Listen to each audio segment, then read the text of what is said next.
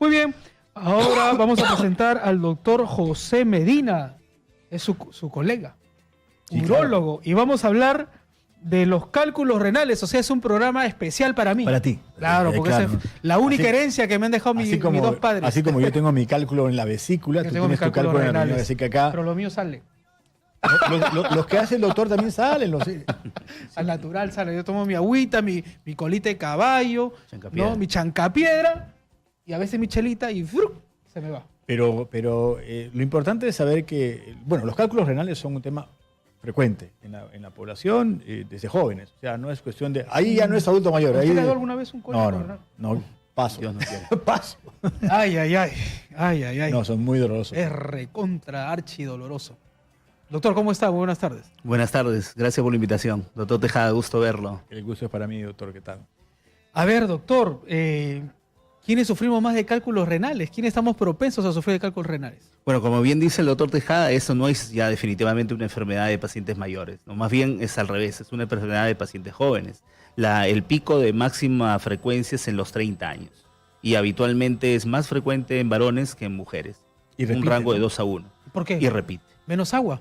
¿Tomamos menos agua o qué? Hay una predisposición ya genética a la formación de cálculos, ¿no? Parte del metabolismo también de los varones con respecto a las mujeres, ¿no? Ujú. Ahora, la arenilla y el cálculo son dos cosas diferentes. Claro que sí, esa es una discusión que siempre tenemos entre radiólogos y urólogos, ¿no? Para los radiólogos existe la arenilla y cuando uno recibe un informe de una ecografía, habitualmente pueden colocar microlitiasis o arenilla, mientras que para el urólogo prácticamente eso no existe. Eso es qué bueno que lo hayas dicho, mire. ¿No? Es del bando, pues. Del equipo. Porque te informan a cada rato también cálculos, microarenillas que en realidad no hay. O sea, Claro. yo te digo, ¿y dónde está? No, ¿sabes por qué no lo sabemos? Porque ya, ok, yo te aguanto el tema del reporte de la ecografía, ya, que tiene microlitiasis, a ver. Pero diría, en algún momento tiene que manifestarse, pero tú Sí. lo ves al paciente años y no pasó nada. O sea, también hay, no sé si que revisar imágenes, pero te sale un reporte o sea, los cálculos son muy frecuentes, ¿ah? Caballero, ¿no? Y pasa y hay que ir al profesional para resolver ese problema.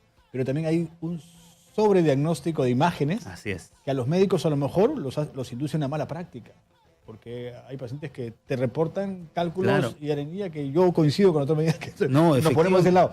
Porque cuando el paciente tiene Efectivamente. problemas, hay problemas y hay que solucionarlos, pero no por gusto tampoco, ¿no? Sí, es verdad, es bastante frecuente la existencia de este tipo de informes, ¿no? Y el asunto es lo difícil que es explicarle a un paciente que viene por una lumbalgia, que es un dolor muy parecido a lo que son los cálculos, explicarle que su tema es la lumbalgia y no la arenilla o la microlitiasis que pone el radiólogo, ¿no? Entonces, explicarle a un paciente eso es bastante difícil, ¿no? Pero para nosotros, como bien dice el doctor, el término de arenilla o microlitiasis no es la causa de un cólico porque esa microlitiasis habitualmente es de 1, 2 o 3 milímetros y el grosor del uréter, que es el órgano por el cual pasa un cálculo, es aproximadamente de 5 o 6 milímetros, ¿no? Entonces, teóricamente, una pequeña piedrita de menos de 4 milímetros no debería producir mayor dolor al momento del pasaje o de la expulsión por la vía urinaria, ¿no? Lo que sí no falla, yo creo, doctor, es de que un examen de orina simple, común y corriente, con un paciente con cólico, nos da evidencias claras de que estamos ante un cólico nefrítico, un cólico renal producido por cálculos,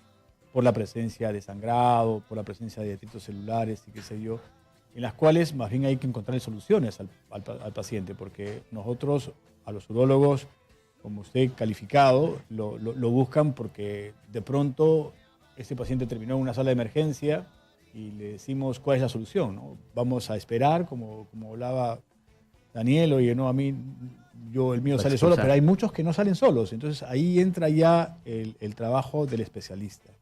Claro. ¿Cuál es, yo imagino que primero recomiendas también darse una alternativa, que el cálculo salga por la vía natural, siempre y cuando tenga ciertos requisitos? ¿Cuáles vendrían a ser esos parámetros? Bueno, los requisitos es básicamente el tamaño del cálculo, ¿no? Pero ¿no? como bien dice el doctor, cuando un paciente ingresa a emergencia, ¿no? Lo primero que se debe hacer es evaluar si es que el paciente tiene un cólico o una lumbalgia. Entonces, inicialmente de frente a un examen de orina, es importantísimo, y una ecografía renal, ¿no? Si se puede, si está a disposición también una radiografía de abdomen simple, porque juntando estos tres exámenes nosotros podemos determinar si lo que tiene el paciente es una lumbalgia o un cálculo, No, se puede obviar algunos exámenes que habitualmente también mandan en emergencia, que son el hemograma, la urea y la creatinina, porque estos exámenes más es para otro tipo de patologías, ¿no? Pero los 3 exámenes básicos son el examen de orina, la ecografía y la radiografía. ¿Por qué una radiografía? Porque habitualmente el 85% de cálculos están relacionados o hechos de calcio. Entonces se pueden ver en una radiografía. Ahora, como bien dice el doctor, una vez que ya nosotros tenemos definido que hay un cálculo, si tenemos el examen de orina que hay un sangrado microscópico, tenemos un riñón el cual está dilatado que nosotros llamamos hidronefrosis, o tenemos en la placa radiográfica una imagen relacionada con un cálculo, lo siguiente que pedimos es una tomografía. La tomografía es un examen muy preciso, es el examen más preciso que existe actualmente para poder determinar todas las características del cálculo. ¿Y cuáles son las características del cálculo? En primer lugar, el tamaño.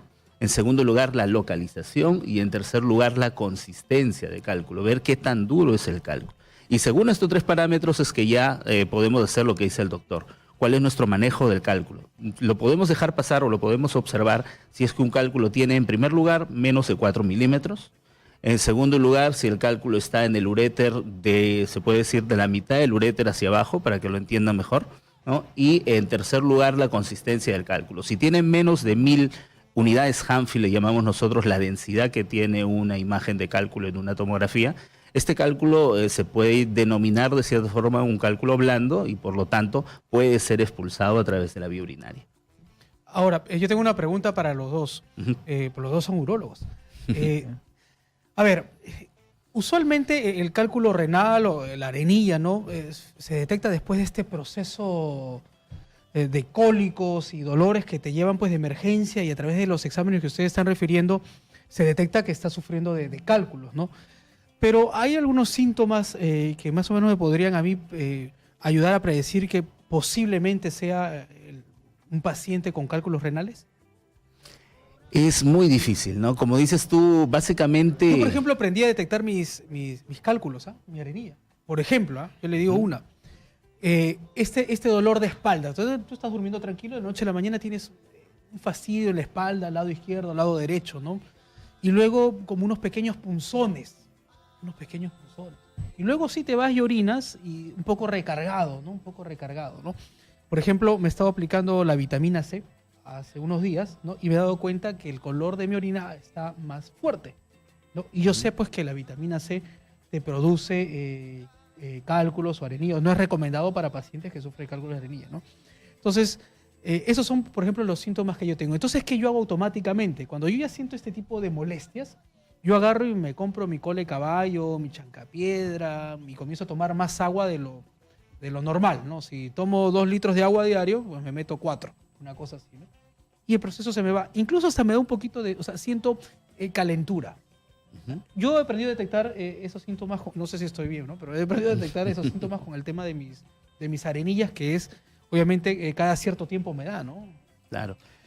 Sí, yo creo que el problema de que una persona puede tener un desequilibrio en su densidad urinaria que genera cierta molestia y dolor es posible, ¿no? Pero creo que estamos hablando de 2 cosas, ¿no? Uno, no estoy negando la posibilidad de arenilla, ¿no? De hecho, nosotros medimos el calcio, el ácido úrico, citratos, oxalatos en orina de 24 horas porque hay personas a las cuales tenemos que hacer un rol preventivo también, y hay medicación para tratar de que no precipiten estos compuestos en la orina y se formen cálculos. O sea, arenilla sí existe. Lo que hace un momento conversábamos acerca de la discrepancia es que los reportes de microcalcificaciones o de microcálculos en los riñones, que prácticamente pensamos que estamos ante un paciente que tenemos que hacer algo y no hacerlo. Cuando el cólico se va, es lo que dice el doctor Medina. O sea, hay características que dice por la tomografía, este paciente hay que hacer algo más o podemos esperar. Eso es un tema absolutamente técnico y especializado. En el caso tuyo, yo no dudo que a lo mejor te conoces y efectivamente a lo mejor concentras un poco más de densidad cálcica en tu orina. Hay una suerte de molestia, tú te hidratas mejor y, como quien se dice, limpias la vía urinaria y ya está. Pero eso no se da en todos. Porque yo creo que el síntoma estelar acá es el dolor, ¿no? Y el dolor, que tú ya lo conoces, como te dices, yo me hidrato un poco más y sale, puede ser, no te puedo negar esa posibilidad, habría que hacerte exámenes para saber si realmente salieron.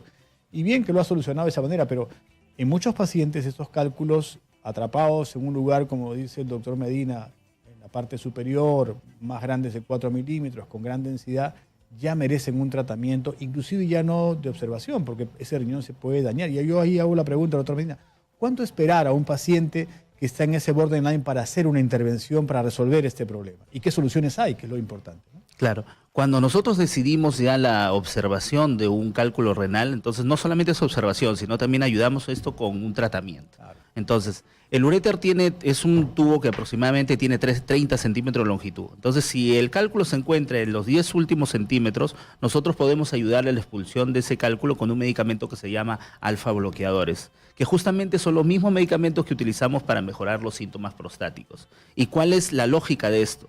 Porque el alfa bloqueador lo que produce es una relajación de la musculatura del uréter. Entonces, cuando la musculatura del uréter está relajada, se amplía la luz del uréter, el diámetro del uréter. Entonces, por lo tanto, permite el pasaje de un cálculo menor de 4 centímetros. Entonces, habitualmente eso es lo que podemos hacer. De 4 milímetros, perdón. De 4 milímetros, sí. ¿Qué es lo que el tiempo que habitualmente damos? Podemos dar un plazo incluso de un mes, ¿no? Y nosotros tomamos una radiografía de control para ver si ese cálculo está bajando, si está pasando a través de la vía urinaria. ¿Por qué? Ya no nos basamos en el dolor. ¿Por qué? Porque el dolor en un cólico renal es un dolor pasajero y el dolor se puede mantener por 3, 4, 5 días y después el dolor irse disminuyendo en el tiempo. Sin embargo, el cálculo puede seguir en la misma posición. Entonces, eso es muy importante. Los pacientes se confían de que el dolor ya pasó, sin embargo, el cálculo se mantiene en la misma posición y está ocasionando una dilatación leve, progresiva del riñón, sin que haya una progresión del cálculo. Entonces, eso es que tener mucho cuidado y hay que seguirlo. Una pregunta chiquita. ¿Se pueden colocar catéteres en alguna ocasión? Claro, sí, efectivamente. O sea, no digo en los que se va a operar, sino en los que decimos observar. Y que decimos observarlo. Claro, por ejemplo, hay varios estudios también que demuestran que los cálculos que son blandos, los cálculos que tienen menos de 1000 unidades Hansfield, son cálculos habitualmente de ácido úrico o de cistina. Estos cálculos son muy friables. Entonces, cuando el cálculo es pequeño, uno puede decidir la colocación de catéter, porque ese catéter, al momento de estar colocado adentro, con la misma respiración o movimientos del paciente, va a ocasionar que el cálculo se vaya rompiendo, se vaya desintegrando. Y en algunos casos incluso el hecho solamente de ponerle catéter durante un mes o 2 meses desintegra el cálculo, ¿no? Efectivamente, eso es así. Qué bueno. Muy bien, doctor Medina, muchas gracias por acompañarnos el día de hoy. Doctor Alberto Tejada, gracias por su visita.